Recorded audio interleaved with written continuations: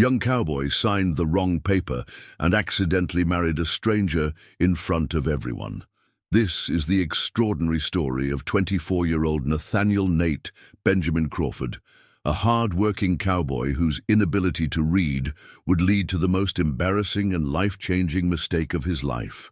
You're about to witness how one young man's illiteracy, a scheming lawyer, and a case of mistaken identity created the most memorable wedding ceremony in the history of a small Montana town, proving that sometimes fate has the strangest sense of humor and the most awkward mistakes can lead to the greatest blessings. If this incredible tale of accidental love, unexpected destiny, and how two strangers learn to build a life together moves your heart, please hit that like button, subscribe to our channel, and ring the notification bell so you never miss our inspiring stories from the Old West. Now let me take you back to the golden autumn of 1884, to the bustling frontier town of Willow Creek, Montana Territory, where a simple signature on the wrong document would change two lives forever in ways no one could have imagined.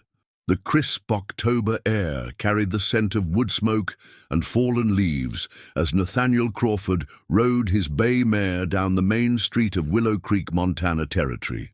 It was October 12, 1884, and the aspens on the surrounding mountainsides had turned brilliant gold, creating a stunning backdrop for the bustling frontier town that had grown up around the Northern Pacific Railroad depot and the rich silver mines in the nearby hills. At 24 years old, Nate was considered one of the finest ranch hands in the Bitterroot Valley, known throughout the territory for his skill with horses, his steady reliability in difficult situations, and his unwavering honesty in all his dealings. He stood 6 feet tall in his worn boots, with broad shoulders built by years of hard physical labor, sun-streaked brown hair that curled slightly at his collar, and gray eyes that held both intelligence and a kind of quiet determination that made other men respect him instinctively. Nate had been working for the past 7 years on the Double Bar Ranch, owned by Colonel Samuel Hutchinson, a former cavalry officer who had come to Montana after his retirement from the Army and had built one of the most successful cattle operations in the territory. The colonel had recognized Nate's natural abilities early on and had gradually given him more responsibility until he was essentially serving as the ranch foreman despite his young age. But today was different from Nate's usual visits to town for supplies or business. Today he was carrying in his shirt pocket a carefully folded document that represented the culmination of years of saving and planning. After 7 years of putting aside every penny he could spare from his wages, Nate had finally accumulated enough money to purchase his own land and begin building his own ranching operation. The property he intended to buy was a beautiful section of land about 15 miles south of Willow Creek, with good grass, reliable water from Beaver Creek, and natural shelter provided by stands of pine and cottonwood. The current owner, a homesteader named Johann Lindquist, had decided to return to Minnesota and was willing to sell his 320-acre claim for the reasonable price of $800, a sum that represented nearly everything Nate had managed to save during his years as a ranch hand. Colonel Hutchinson had been sorry to see his best worker leave, but he understood Nate's ambition to own his own spread and had even offered to help him get started by selling him some breeding stock at favorable terms. The colonel had also arranged for the legal paperwork to be handled by Mortimer J. Pemberton, Willow Creek's only lawyer, who also served as the town's notary public and handled most of the legal business for the area's growing population. What Nate didn't know, and what would prove to be crucial to the day's events, was that Mortimer Pemberton was a man with serious financial problems and even more serious moral shortcomings. Pemberton was a gambler who had lost heavily at the poker tables in the town's various saloons, and he owed significant amounts of money to some very unpleasant creditors who were becoming increasingly impatient about collecting their debts. Pemberton had been looking for ways to extract additional fees from his legal practice, and he had developed a scheme involving marriage certificates that could generate substantial income from desperate or naive clients. The lawyer had been corresponding with various matrimonial agencies in the East, advertising his services as an intermediary for men seeking brides and women seeking husbands in the expanding territories of the West. As Nate approached the small frame building that housed Pemberton's law office, he noticed several other horses tied to the hitching post, indicating that the lawyer was busy with other clients. Nate didn't mind waiting. He had taken the entire day off for this important business, and he was too excited about finally becoming a landowner to be impatient about minor delays. The waiting room of Pemberton's office was crowded with an unusual assortment of people when Nate pushed through the door. There was an elderly German immigrant who appeared to be clutching some sort of official documents, a middle-aged woman in widow's weeds who looked nervous and kept checking a small watch pinned to her black dress, and most notably, a young woman about Nate's own age who was sitting rigidly upright in one of the wooden chairs, with her gloved hands folded tightly in her lap. The young woman was strikingly beautiful in a refined Eastern sort of way that was rarely seen on the Montana frontier. She had lustrous auburn hair, arranged in an elaborate style that had obviously been done by a professional hairdresser, intelligent green eyes that seemed to take in every detail of her surroundings, and a complexion that suggested she had spent most of her life indoors rather than working under the harsh western sun. She wore a traveling dress of deep blue wool that was clearly expensive and well-tailored, and her overall appearance suggested wealth, education, and social status far above what most frontier residents could claim. Nate removed his hat and nodded politely to the assembled group, taking a seat on a wooden bench near the window where he could watch the street activity while he waited. He was acutely aware of his own appearance in contrast to the other clients, particularly the well-dressed young woman. His clothes were clean but clearly those of a working cowboy. Sturdy denim pants, a cotton shirt that had been mended in several places, a leather vest that showed years of wear, and boots that bore the scuffs and scratches of daily ranch work. As he waited, Nate found his attention repeatedly drawn to the young woman in the blue dress. There was something about her posture and expression that suggested she was dealing with some sort of difficult situation, and despite her obvious refinement and education, she seemed as nervous and out of place as Nate felt in the lawyer's office. After about 30 minutes, the door to Pemberton's inner office opened and the lawyer himself emerged, followed by a well-dressed man in his 50s whom Nate recognized as Theodore Blackwood, one of the wealthiest mine owners in the territory. Blackwood owned several silver claims in the hills around Willow Creek and was known for his shrewd business practices and his elaborate mansion on the hill overlooking the town. "Thank you, Mr. Pemberton," Blackwood was saying as they shook hands near the door. "I trust that everything has been arranged exactly as we discussed, and that the young lady understands the terms of the agreement." Pemberton nodded obsequiously. "Of course, Mr. Blackwood. Miss Victoria is expected momentarily, and I have all the necessary documents prepared. The ceremony can proceed as soon as both parties are present and have signed the appropriate papers." Nate's curiosity was piqued by this exchange, but before he could give it much thought, Pemberton was calling out to the waiting room. "Mr.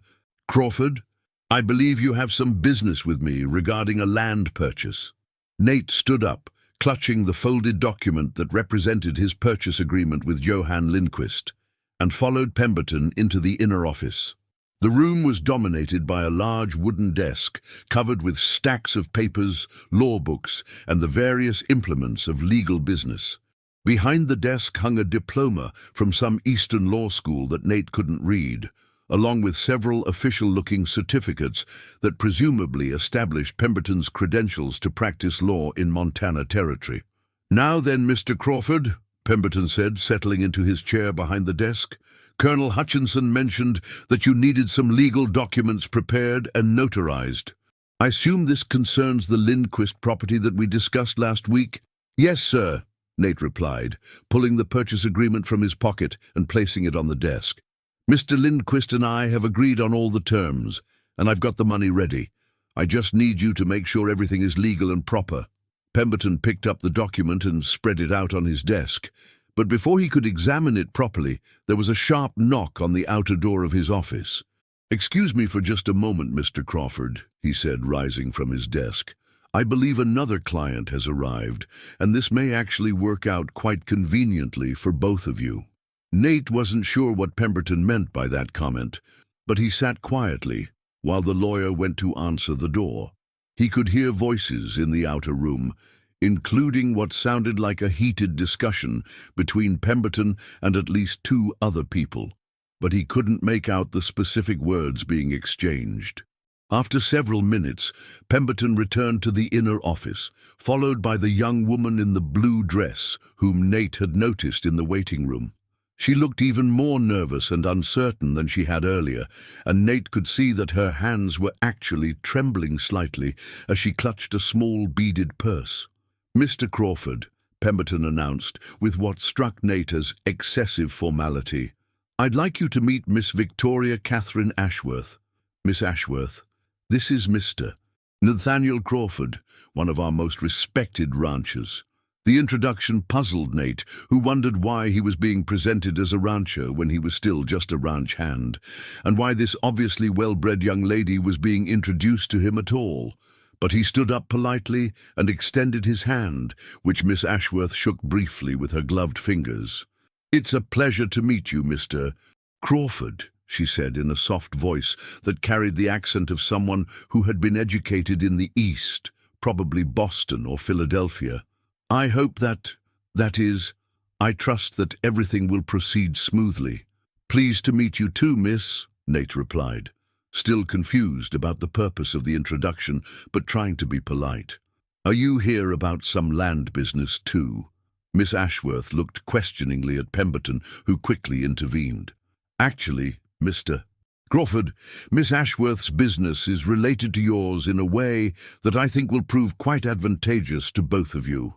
Please, both of you take a seat, and I'll explain how we can handle both matters simultaneously." Nate and Victoria sat down in the chairs facing Pemberton's desk, and the lawyer began shuffling through various documents with what appeared to be practiced efficiency. Nate noticed that there were several different types of forms and certificates spread across the desk, but of course his inability to read meant that he had no way of determining what any of them actually said. "Now then," Pemberton announced, "I have here all the documents necessary to complete both of your transactions. Mr. Crawford, your land purchase agreement is here, properly prepared and ready for signature. Miss Ashworth, your marriage certificate is here as well, with all the appropriate legal language." The word marriage hit both Nate and Victoria like a physical blow. Nate's head snapped up as he stared at Pemberton in confusion, while Victoria went visibly pale and gripped the arms of her chair. "I beg your pardon," Victoria said, her voice showing strain, "but I believe there's been some misunderstanding. I was told that I was meeting with a Mr. Nathan Crawford, who had been corresponding with my uncle about a business arrangement. This gentleman appears to be here about purchasing land. And I came here to buy the Lindquist property," Nate added, his confusion evident in his voice. "I don't know anything about any marriage certificate." Pemberton waved his hand dismissively. "Oh, there's no misunderstanding at all. You see, the land purchase and the marriage arrangement are part of the same transaction. Mr. Blackwood has agreed to finance Mr. Crawford's land purchase as part of Miss Ashworth's dowry settlement. It's all quite straightforward, really." Both Nate and Victoria stared at the lawyer in stunned silence, trying to process what he'd just told them. Neither of them had any knowledge of such an arrangement, and both were beginning to realize that they were being manipulated in ways they didn't understand. Victoria was the first to find her voice. "Mr. Pemberton, I have never agreed to any such arrangement. I came here under the impression that I was meeting with a prospective business partner, not a husband. There has clearly been some terrible mistake." "No mistake at all," Pemberton replied smoothly, pulling out a thick folder filled with official-looking documents. I have here all the correspondence between your uncle in Chicago and Mr. Blackwood regarding your marriage arrangement. Everything has been properly negotiated and agreed upon. The truth was that Pemberton had indeed been corresponding with Victoria's uncle, Charles Ashworth, but he had been deliberately misleading both parties about the nature of the arrangement. Victoria's uncle, who was facing his own financial difficulties, had been led to believe that he was arranging a business partnership for his niece with a successful Montana rancher. Nate, on the other hand, had never been told about any marriage arrangement at all. "I want to see those papers," Victoria demanded, her refined manners giving way to anger as she began to understand the scope of the deception. "Of course," Pemberton replied, but instead of handing her the correspondence, he spread several official documents across his desk. "Here are all the legal papers, the marriage license, the property deed, and the financial arrangements. Everything just needs to be signed by both parties, and we can proceed with the ceremony." Nate looked at the papers spread across the desk, and his heart sank as he realized that his inability to read was about to become a serious problem. The documents all looked official and legal, with elaborate printing and official seals, but he had no way of determining what any of them actually said. "Mr. Pemberton," Nate said carefully, "could you read through these papers and explain exactly what each one says? I want to make sure I understand everything before I sign anything." Pemberton's expression showed a flicker of irritation, but he quickly covered it with professional smoothness. "Of course, Mr. Crawford. Time is somewhat limited, as I have other clients waiting, but I can give you the essential details." What followed was a masterpiece of legal double-talk and deliberate misdirection. Pemberton explained that the first document was a property acquisition agreement that would transfer ownership of the Lindquist land to Nate. The second document was a financial responsibility agreement that would arrange for Theodore Blackwood to provide the necessary funds. The third document was a partnership agreement that would establish the legal relationship between Nate and Victoria. What Pemberton didn't explain was that the partnership agreement was actually a marriage certificate, and that by signing it, both Nate and Victoria would be legally married under Montana territorial law. The lawyer was gambling that Nate's illiteracy and Victoria's unfamiliarity with Western legal practices would prevent them from understanding what they were actually signing. Victoria, who could read, examined the papers more carefully than Nate was able to do. But Pemberton had chosen his documents cleverly, using legal language that was complex and confusing even to an educated person. The marriage certificate was disguised with terminology about domestic partnership and joint household management that could be interpreted as business language by someone who wasn't familiar with legal documents. "I'm still not entirely clear about the nature of this partnership," Victoria said, looking up from the papers with a troubled expression. "Could you explain more specifically what obligations and rights each party would have?" "Certainly," Pemberton replied. "Mr. Crawford would have full responsibility for the land management and livestock operations. Miss Ashworth would handle the domestic arrangements and financial record-keeping. Both parties would share equally in the profits and would be jointly responsible for any debts or obligations." Detour. This explanation seemed reasonable to both Nate and Victoria, who were both thinking in terms of a business partnership rather than a marriage. Nate was relieved to know that he would have help with the financial aspects of running a ranch, which had been one of his biggest concerns about starting his own operation. Victoria was pleased to learn that she would have a genuine role in managing the business rather than just being a decorative addition to some rancher's household. "What about living arrangements?" Victoria asked, still trying to understand the full scope of what was being proposed.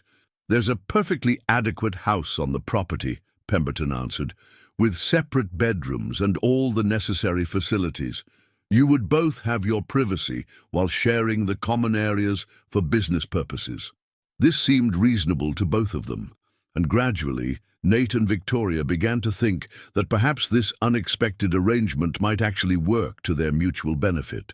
Nate would get his land and have help with the business aspects of ranching that worried him most. Victoria would have financial security and independence, along with a genuine role in managing a business rather than just being dependent on male relatives. "I think," Victoria said slowly, "that this arrangement might actually be quite sensible. I do have experience with bookkeeping and financial management, and I've always wanted to be involved in a business operation." "And I could sure use the help," Nate agreed. "I know cattle and horses, but I'm not much good with numbers and paperwork. If we're both clear about what we're getting into, it might work out well for both of us." Pemberton smiled with satisfaction as he saw his scheme working exactly as he had planned. "Excellent. Then we can proceed with the paperwork. Mr. Crawford, your signature here." He pointed to a line at the bottom of what he claimed was the land purchase agreement. "And Miss Ashworth, your signature goes here." Nate picked up the pen and carefully signed his full name with the deliberate strokes of someone who had practiced that particular skill extensively, even though he couldn't read. His signature was neat and clear. Nathaniel Benjamin Crawford. Victoria also signed her name with careful precision. Victoria Catherine Ashworth. "Perfect!" Pemberton exclaimed, taking the signed document and applying his official notary seal with a heavy stamp that made an impressive thudding sound. "By the power vested in me by the territory of Montana, I now pronounce you husband and wife. Mr. Crawford, you may kiss your bride." The words hit both Nate and Victoria like lightning bolts. For a moment they were both too stunned to react, staring at Pemberton in complete disbelief as their minds struggled to process what had just happened. "What did you just say?" Nate asked, his voice barely above a whisper. "I said you're married," Pemberton replied cheerfully. "Husband and wife, legally wed according to the laws of Montana Territory." Victoria jumped to her feet, her face white with shock and anger. "That's impossible. I signed a business partnership agreement." "You signed a marriage certificate, my dear," Pemberton said, holding up the document with its official seals and signatures. "You are now Mrs. Nathaniel Crawford, and your husband here is now the owner of 320 acres of prime ranch land, courtesy of Mr. Blackwood's generous wedding gift." Nate also stood up, swaying slightly as the full impact of the situation hit him. "You tricked us. You deliberately made us think we were signing something else." "I did nothing of the sort," Pemberton replied with practiced innocence. "I told you exactly what you were signing, a partnership agreement. Marriage is simply a particular type of partnership, recognized by law and blessed by society." Victoria snatched the marriage certificate from Pemberton's hands and stared at it in horror. Now that she knew what to look for, she could see that it was indeed a marriage certificate, with all the proper legal language and official seals. She and Nate were legally married, whether they had intended to be or not. "Can you undo this?" Nate asked desperately. "Can you unmarry us somehow?" Pemberton shook his head with mock regret. "I'm afraid not, Mr. Crawford. You've both signed the certificate willingly, I've pronounced you husband and wife, and I've applied the official territorial seal. In the eyes of the law, you are permanently and legally married." "But there must be some legal remedy," Victoria protested, her educated background making her reluctant to accept that there was no way out of the situation. "Annulment? Divorce? Something?" "An annulment would require proof that one of you was legally incompetent or that the marriage was entered into under false pretenses," Pemberton explained. "But you're both obviously competent adults, and you signed the documents after I explained their contents. A divorce would require grounds such as adultery, abandonment, or cruelty, and it would take months or even years to process through the territorial courts." As the reality of their situation sank in, both Nate and Victoria felt a mixture of anger, confusion, and growing panic. They were married to each other, legally and permanently, despite having met for the first time less than an hour earlier. The situation became even more complicated when the office door opened and Theodore Blackwood entered, accompanied by an older woman who was elegantly dressed and carried herself with the bearing of someone accustomed to wealth and social position. Ah, Mr. Pemberton, Blackwood said jovially, I trust the ceremony has been completed successfully. I'd like to introduce Mrs. Harrison Blackwood, my wife, who insisted on being present to welcome the new bride to our community. Mrs. Blackwood stepped forward with a gracious smile, extending her gloved hand to Victoria. My dear Mrs. Crawford, what a pleasure to meet you. Theodore has told me so much about the arrangements, and I'm delighted that everything has worked out so well. Victoria stared at Mrs. Blackwood's extended hand as if it were a snake, unable to process the idea that she was being addressed as Mrs. Crawford by one of the most prominent ladies in the territory. I'm afraid, Victoria said faintly, that there's been some sort of terrible misunderstanding. I never agreed to marry anyone. Mrs. Blackwood looked confused, glancing between Victoria and her husband. But Theodore, didn't you say that all the arrangements had been made with the young lady's family? Surely she was aware of the marriage agreement. Theodore Blackwood's expression darkened as he began to understand that his carefully laid plans were not proceeding as smoothly as he had expected. Mr. Pemberton, perhaps you could explain exactly what has transpired here? Pemberton's confident demeanor was beginning to show cracks as he realized that his scheme was attracting more attention than he had anticipated. Well, you see, there were some communication issues between the various parties, but the marriage is perfectly legal and binding, regardless of any misunderstandings about the preliminary arrangements. Theodore Blackwood was a man who had not become wealthy by accepting excuses or tolerating incompetence. Mr. Pemberton, I paid you a substantial sum to arrange a marriage between my business associate Nathan Crawford and Miss Ashworth. If you have bungled this arrangement through your own negligence, you will find yourself in very serious legal and financial difficulty.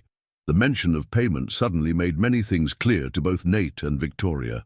They began to understand that they had been pawns in some sort of financial arrangement between Blackwood and Pemberton, and that their individual desires and consent had never been considered important by any of the adults who had been making decisions about their lives.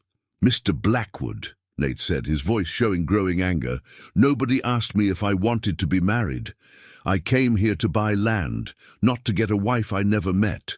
And I came here thinking I was entering into a business partnership, Victoria added, her own anger beginning to overcome her shock. I was told that Mr. Crawford was a successful rancher looking for a business associate, not a husband looking for a wife. Theodore Blackwood looked from one to the other, obviously calculating how this unexpected development might affect his own interests. Well, he said finally, regardless of the circumstances that led to this situation, the fact remains that you are now legally married. The question is what we do from here.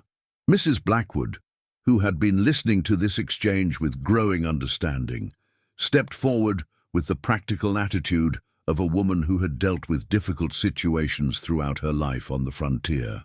It seems to me, she said calmly, that while this situation is certainly unusual, it's not necessarily catastrophic. Mr. Crawford, you wanted land, and you now have it. Miss Ashworth, that is, Mrs. Crawford, you wanted independence and financial security, and marriage to a landowner certainly provides that. Perhaps you should both take some time to consider whether this arrangement might actually serve both your interests. Victoria looked at Mrs. Blackwood with surprise, not having expected such practical advice from someone who appeared to be a perfect example of refined Eastern society transplanted to the Western frontier. Mrs. Blackwood, Victoria said carefully, with all due respect, marriage is supposed to be based on mutual affection and shared values, not just practical convenience.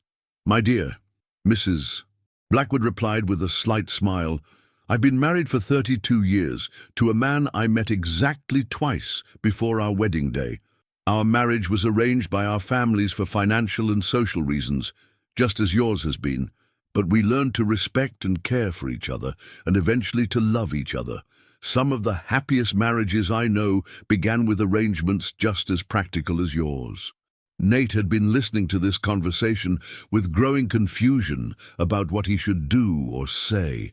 His initial anger at being tricked was beginning to give way to a more complex set of emotions as he looked at Victoria and tried to imagine what it would be like to be married to her.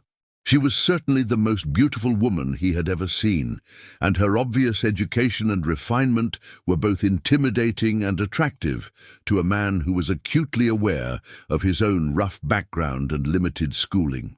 At the same time, her anger and distress were obvious, and Nate's natural decency made him reluctant to benefit from an arrangement that was causing her such unhappiness. Mrs. I don't know what to call you," Nate said to Victoria, his voice showing his own confusion and distress. "I want you to know that I never meant for any of this to happen. I'm not the kind of man who would trick a woman into marriage, and if there's any way to fix this situation, I'll do whatever I can to help." Victoria looked at Nate more carefully for the first time since the shocking revelation of their marriage. She could see the genuine distress in his eyes and the obvious sincerity of his concern for her welfare. Despite her anger at the situation, she found herself thinking that if she had to be accidentally married to someone, she could have done much worse than this honest, decent-seeming young man. "Mr. Crawford," she said slowly, "I can see that you're as much a victim of this deception as I am. I don't blame you for what has happened, and I appreciate your concern for my situation." Theodore Blackwood, who had been impatiently listening to this exchange, decided it was time to take control of the situation. "Mr. and Mrs. Crawford," he announced formally, "I suggest that we all approach this matter practically. The marriage is legal and cannot be easily undone. The land purchase has been completed as part of the marriage settlement. You both have legitimate grievances against Mr. Pemberton for his methods, but you also both have opportunities that might not have been available otherwise." Blackwood paused, making sure he had everyone's attention. "I propose that you both take some time to consider your situation before making any irreversible decisions. Mrs. Crawford, you are welcome to stay at our home for as long as you need to decide how you wish to proceed. Mr. Crawford, the land is yours regardless of what you decide about your marriage, and you have my offer of assistance in getting your ranching operation started." The practical wisdom of Blackwood's proposal was obvious to everyone in the room. Neither Nate nor Victoria was in any condition to make major life decisions while they were still reeling from the shock of their accidental marriage, and both of them needed time to think through their options and decide what they wanted to do. "That's very generous of you, Mr. Blackwood," Victoria said gratefully. "I would appreciate the opportunity to stay with your family while I consider my situation." "And I'm grateful for your help with getting the ranch started," Nate added. "I reckon I'm going to need time to figure all this out." Mrs. Blackwood smiled warmly at both of them. "Excellent. Victoria, you'll come home with us now, and we'll get you settled in the guest room. Nathaniel, you're welcome to join us for dinner this evening if you'd like. It will give you both a chance to talk and get to know each other a bit under less stressful circumstances." As the group prepared to leave Pemberton's office, the lawyer made one final attempt to extract additional payment for his services. "Mr. Blackwood," he said obsequiously, "there will be additional fees for the extra paperwork and the complications that arose during the ceremony." Theodore Blackwood's expression turned ice-cold as he stared at Pemberton. "Mr. Pemberton, you have already been paid quite handsomely for what was supposed to be a straightforward marriage arrangement. Instead, you have created a legal and emotional mess that will require considerable effort to resolve. If you attempt to extract additional payment for your incompetence, you will find yourself facing both civil and criminal charges for fraud and misrepresentation." Pemberton's face went pale as he realized that his scheme had not only failed to generate the additional income he had hoped for, but had also put him at risk of serious legal consequences. He quickly backed down and made no further mention of additional fees. Outside the lawyer's office, the group stood on the sidewalk for a few moments, all of them still trying to absorb the enormity of what had just occurred. Nate and Victoria looked at each other with a mixture of curiosity and uncertainty, both wondering what their accidental marriage might mean for their futures. "Victoria," Mrs. Blackwood said gently, "why don't you and Nathaniel walk together to our house? It's only a few blocks, and it will give you both a chance to talk privately without the rest of us hovering around you." Victoria looked questioningly at Nate, who nodded agreement. "I'd like that," he said simply. "I think we need to talk about what we're going to do." As they walked slowly through the streets of Willow Creek, Nate and Victoria began the awkward process of getting to know the person they had accidentally married. Victoria told Nate about her background. She had grown up in Chicago, where her father had been a successful businessman until his death 3 years earlier. Her uncle Charles had been managing her inheritance, but recent financial difficulties had made it necessary for her to seek some sort of independent income. "The arrangement that brought me here was supposed to be a business partnership," Victoria explained, as they walked past the shops and businesses of the busy frontier town. "My uncle told me that a successful rancher in Montana needed someone to help manage the financial aspects of his operation, and that it would provide me with both income and independence." Nate listened carefully to Victoria's story, understanding how she had been misled just as he had been. "I'm sorry you got caught up in all this," he said sincerely. "It wasn't fair to you." "It wasn't fair to either of us," Victoria replied. "You came here to buy land and ended up with a wife you didn't want. I came here for a job and ended up with a husband I never met." As they continued walking, Nate told Victoria about his own background. Growing up as an orphan, working on various ranches throughout Montana and Wyoming, and gradually saving enough money to buy his own land. He explained his dream of building a successful cattle operation and eventually becoming one of the respected ranchers in the territory. "The thing is," Nate said, as they approached the Blackwood mansion on the hill overlooking the town, "I always figured that when I got married, it would be to someone who, well, someone who would want to be married to me, not someone who got tricked into it." Victoria stopped walking and turned to face Nate. "Mr. Crawford, Nathaniel, I want you to understand something. What happened today wasn't your fault, and I don't hold you responsible for the deception. You seem like a decent, honest man, and if circumstances were different—" She paused, not sure how to finish that thought. "The truth is, I don't know what I want to do about our situation. I need time to think, and I need to understand what my options really are." "I understand," Nate replied, "and I want you to know that whatever you decide, I'll respect it.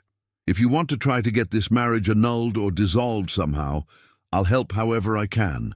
If you want to try to make it work, I'll do my best to be a good husband to you. And if you want something in between, well, I guess we'll figure that out as we go."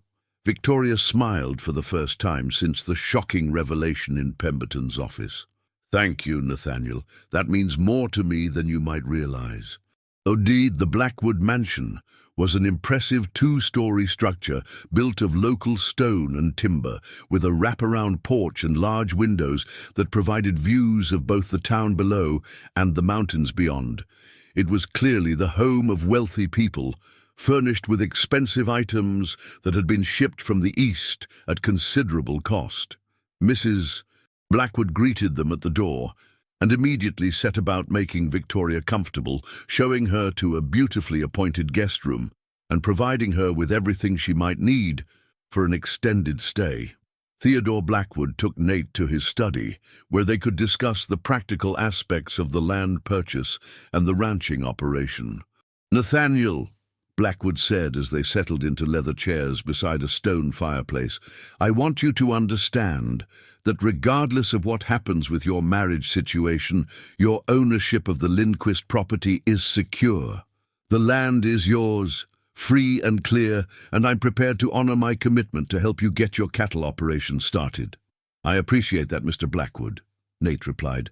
"But I have to ask, why were you willing to pay for this whole arrangement? I mean, you don't even know me, and you're talking about investing a lot of money in helping me get started." Theodore Blackwood leaned back in his chair and studied Nate carefully.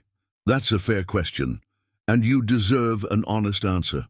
I've been looking for ways to expand my business interests beyond mining, and cattle ranching seems like a good investment for the long term. But I don't want to manage a ranch operation myself, so I've been looking for the right person to partner with. Blackwood paused, taking a sip from a glass of whiskey. I've made inquiries about you, Nathaniel. Colonel Hutchinson speaks very highly of your abilities and your character. Other ranchers I've talked to say you're one of the finest hands they've ever worked with. I think you have the potential to build a very successful operation, and I'd like to be part of that success. What kind of partnership did you have in mind?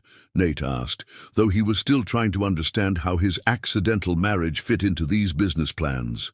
I provide the initial investment for land, livestock, and equipment, Blackwood explained. You provide the expertise and labor to run the operation. We split the profits according to a formula that reflects our respective contributions. It's a standard arrangement that I've used successfully in other ventures. The business arrangement made sense to Nate, who understood that he would need substantial capital to turn his land into a productive ranch. But he was still puzzled about Victoria's role in these plans. Mr. Blackwood, he said carefully, where does Victoria, that is, Mrs. Crawford, fit into this arrangement?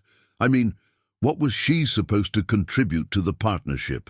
Theodore Blackwood's expression became slightly uncomfortable, and Nate sensed that this was the aspect of the arrangement that the older man was least proud of. The truth is, Nathaniel, Miss Ashworth's uncle owes me a considerable amount of money from some business dealings that went badly. I had offered to forgive those debts in exchange for his niece's hand in marriage to my business partner. It was a way to solve several problems simultaneously.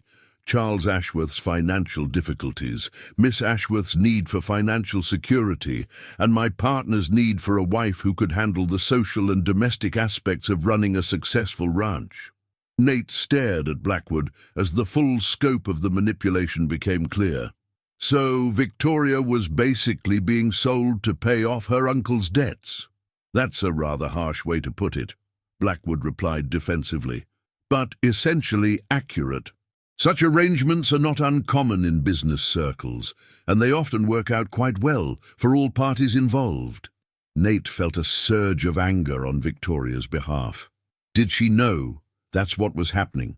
I assumed her uncle had explained the situation to her, Blackwood said, though his tone suggested he hadn't been particularly concerned about Victoria's understanding or consent. The conversation was interrupted by Mrs. Blackwood, who entered the study to announce that dinner would be served shortly and that Victoria would be joining them. She's had time to freshen up and compose herself, Mrs. Blackwood explained, and I think it would be good for both of you to have a normal meal and conversation together. Dinner at the Blackwood mansion was an elaborate affair, with multiple courses served on fine china and a level of formal etiquette that was far beyond Nate's previous experience. Victoria, clearly accustomed to such refinement, handled herself with perfect grace, while Nate tried his best to follow her lead and avoid embarrassing himself. Despite the awkwardness of the situation, the meal provided Nate and Victoria with their first real opportunity to have an extended conversation and begin learning about each other as people, rather than just as victims of the same deception. Victoria talked about her education at a finishing school in Boston, her love of reading and music, and her frustration with the limited opportunities available to women who wanted to be involved in business rather than just domestic pursuits. She had always been interested in mathematics and bookkeeping, skills that had made her valuable to her father in his business operations, but that had limited application for unmarried women in conventional society. Nate talked about his work on various ranches, his knowledge of cattle and horses, and his dreams of building a successful operation that would make him one of the respected landowners in the territory. He also admitted his lack of formal education and his struggles with reading and writing, areas where he knew he needed improvement if he was going to succeed as an independent rancher. As the evening progressed, both Nate and Victoria began to realize that their accidental marriage might not be the complete disaster they had initially thought. While they were certainly very different in terms of background and education, they seemed to share similar values about hard work, honesty, and the importance of building something worthwhile with their lives. "Victoria," Nate said as they sat on the front porch after dinner, watching the lights come on in the town below, "I know this isn't what either of us planned, but I'm wondering if maybe we could make it work somehow." Victoria looked at him with surprise. "What do you mean?" "Well," Nate said carefully, "you need financial security and independence. I need help with the business side of running a ranch. We're already married, whether we planned it or not. And from what I can see, we seem to get along pretty well together." Victoria considered this for several minutes before responding. "Nathaniel, are you suggesting that we try to make our marriage work as a real marriage? Or are you talking about some sort of business arrangement where we happen to be legally married?" It was Nate's turn to think carefully before answering. "I guess I'm not sure," he admitted. "I know I find you attractive, and I like talking with you. But I also know that you didn't choose to marry me, and I don't want you to feel trapped or forced into anything you don't want." "What would you want?" Victoria asked softly. "If you could have things exactly the way you wanted them." Nate was quiet for a long time, looking out at the mountains silhouetted against the star-filled sky. "I'd want a real marriage," he said finally. "I'd want a wife who chose to be with me, who wanted to build a life together and maybe raise children together. But I'd also want her to be happy and to feel like she had choices about her own life." Victoria felt something stirring in her heart as she listened to Nate's honest words. This young cowboy might not have the refined manners or extensive education of the men she had known in Chicago, but he possessed a fundamental decency and respect for her that she had rarely encountered. "Nathaniel," she said slowly, "what if we tried a compromise? What if we gave ourselves some time to get to know each other properly, without any pressure to make our marriage into something romantic, but also without trying to dissolve it immediately?" "What kind of compromise?" Nate asked. "We could live as housemates and business partners," Victoria suggested. "I could help you with the bookkeeping and business aspects of the ranch, and you could teach me about cattle and ranch management. We could see if we're compatible as friends and partners, and then decide later whether we want to try to make it into something more." The idea appealed to Nate, who understood that Victoria needed time to adjust to her situation and to get to know him without feeling pressured to become a traditional wife. "That sounds fair," he said. "How long do you think it would take to know if it might work?" "Maybe a year," Victoria suggested. "Long enough to get through a full cycle of ranch operations, and long enough for us to really get to know each other." "And what happens at the end of the year?" Nate asked. "We decide," Victoria said simply.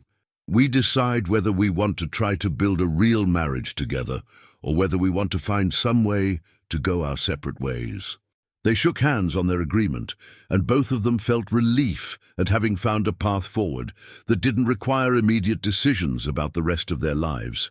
The next morning, Nate and Victoria traveled out to the property that was now legally theirs, accompanied by Theodore Blackwood and a wagon full of supplies that would help them get started. The land was even more beautiful than Nate had expected, with rolling hills covered in good grass, stands of timber that would provide both shelter and building materials, and Beaver Creek running clear and cold through the middle of the property. The house, left by the previous owner, was small but solidly built, with 2 bedrooms, a kitchen, and a main room that could serve as both parlor and office. There was also a barn, several sheds and corrals that would accommodate the livestock that Blackwood had promised to provide. "This is lovely," Victoria said as she explored the house and began mentally planning how to arrange their living space to provide both functionality and privacy. With a little work, this could be quite comfortable. Nate was more focused on the practical aspects of the property, walking the fence lines, checking the condition of the buildings, and planning where to place additional corrals and shelters that would be needed for a larger cattle herd. Over the following weeks, Nate and Victoria threw themselves into the work of establishing their ranch operation. Blackwood provided the promised cattle, a mixed herd of 50 cows with calves, along with 2 bulls and the horses necessary for ranch work. He also advanced them credit at the general store and the feed mill, and arranged for the construction of additional facilities they would need. Victoria proved to be a quick learner when it came to ranch work, and she approached every task with the same systematic thoroughness she had once applied to her father's business affairs.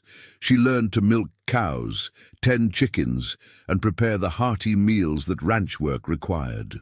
She also took over all the bookkeeping and correspondence, keeping detailed records of expenses, income, and the various business transactions involved in running a cattle operation.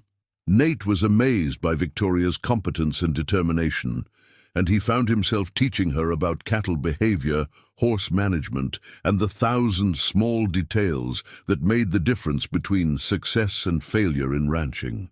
Victoria's questions were intelligent and practical, and her suggestions often led to improvements in their operations that Nate would never have thought of on his own. As winter approached, their working relationship had evolved into a comfortable partnership that exceeded both their expectations.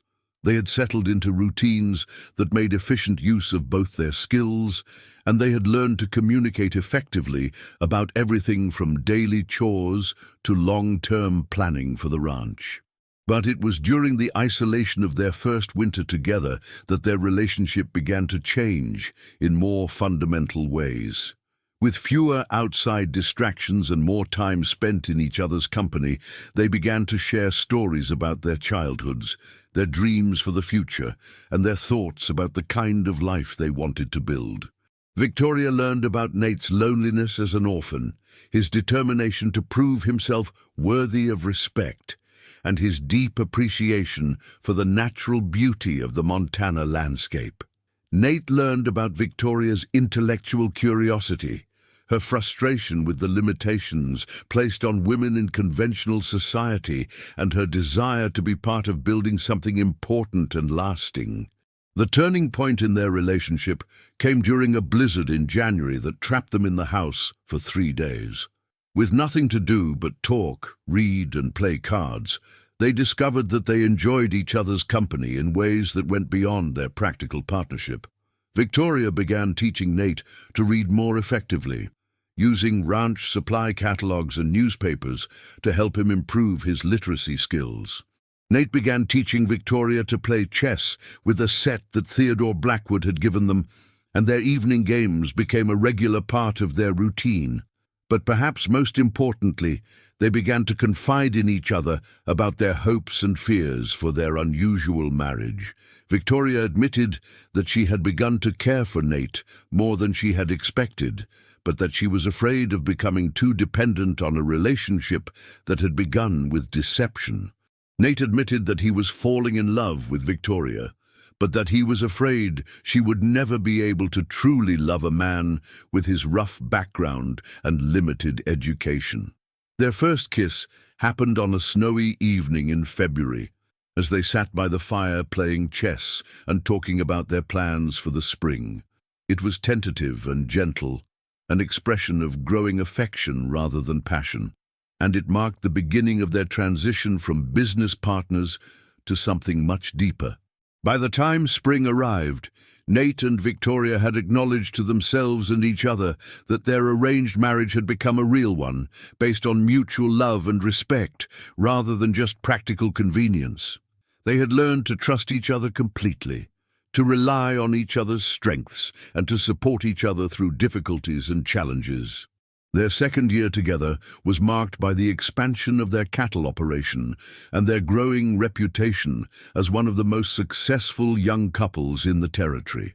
Victoria's business skills and Nate's ranching expertise proved to be a powerful combination, and their ranch became a model that other couples tried to emulate. On the second anniversary of their accidental wedding, Nate and Victoria decided to have a proper ceremony to celebrate their marriage as it had become, rather than as it had begun.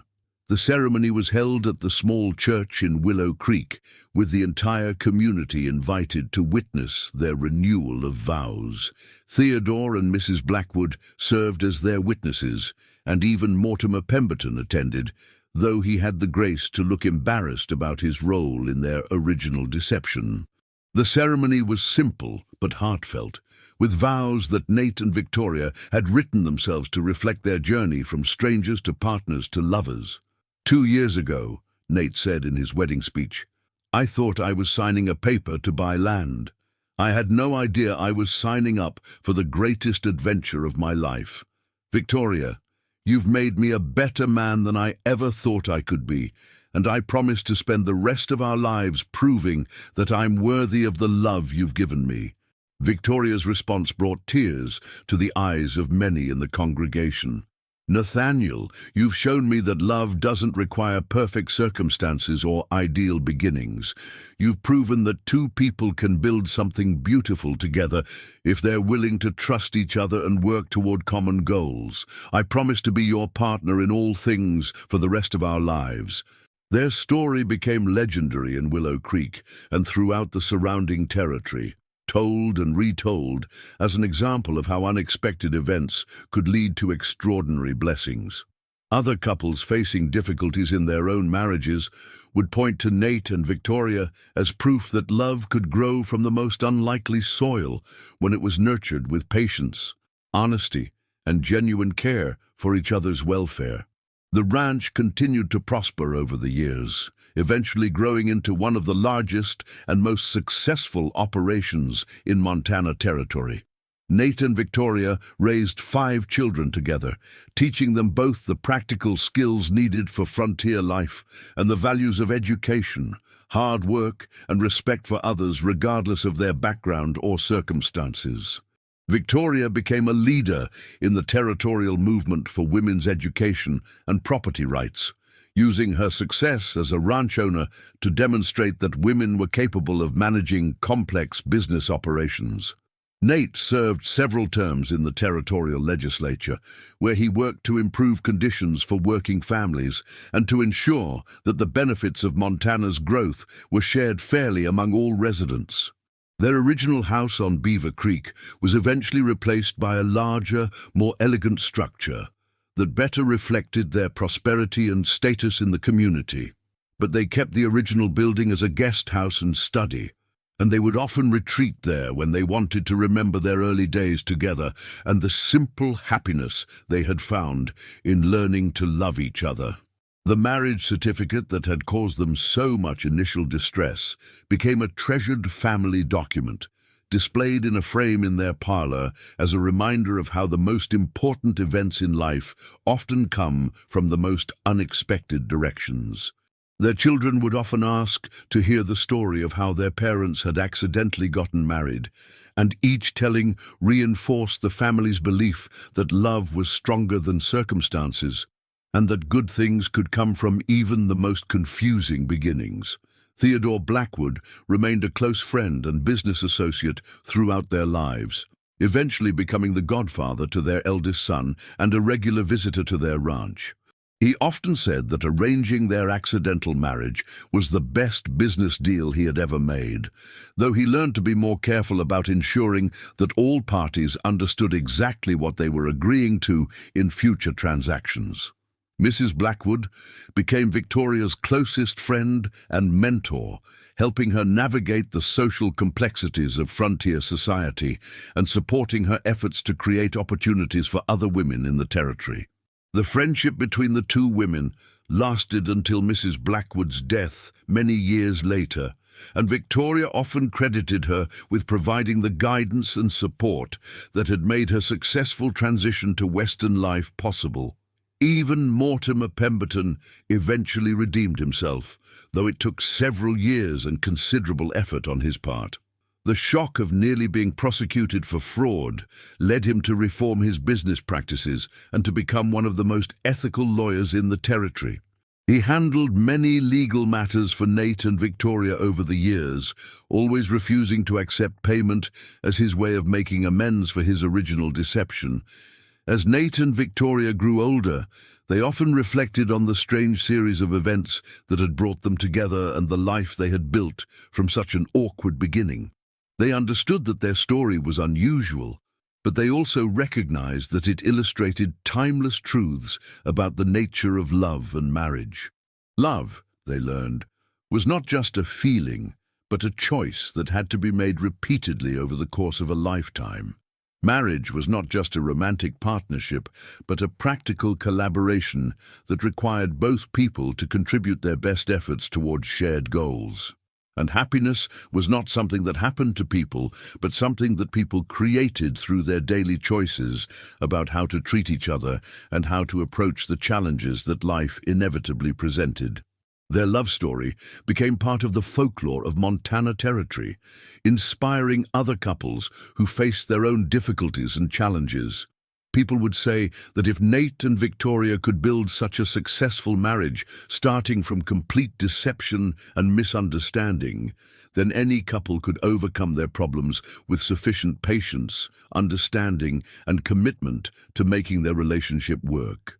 The ranch they built together continued to operate successfully for generations, managed by their children and grandchildren who inherited not just the land and livestock, but also the values and principles that had made their grandparents' marriage such a remarkable success.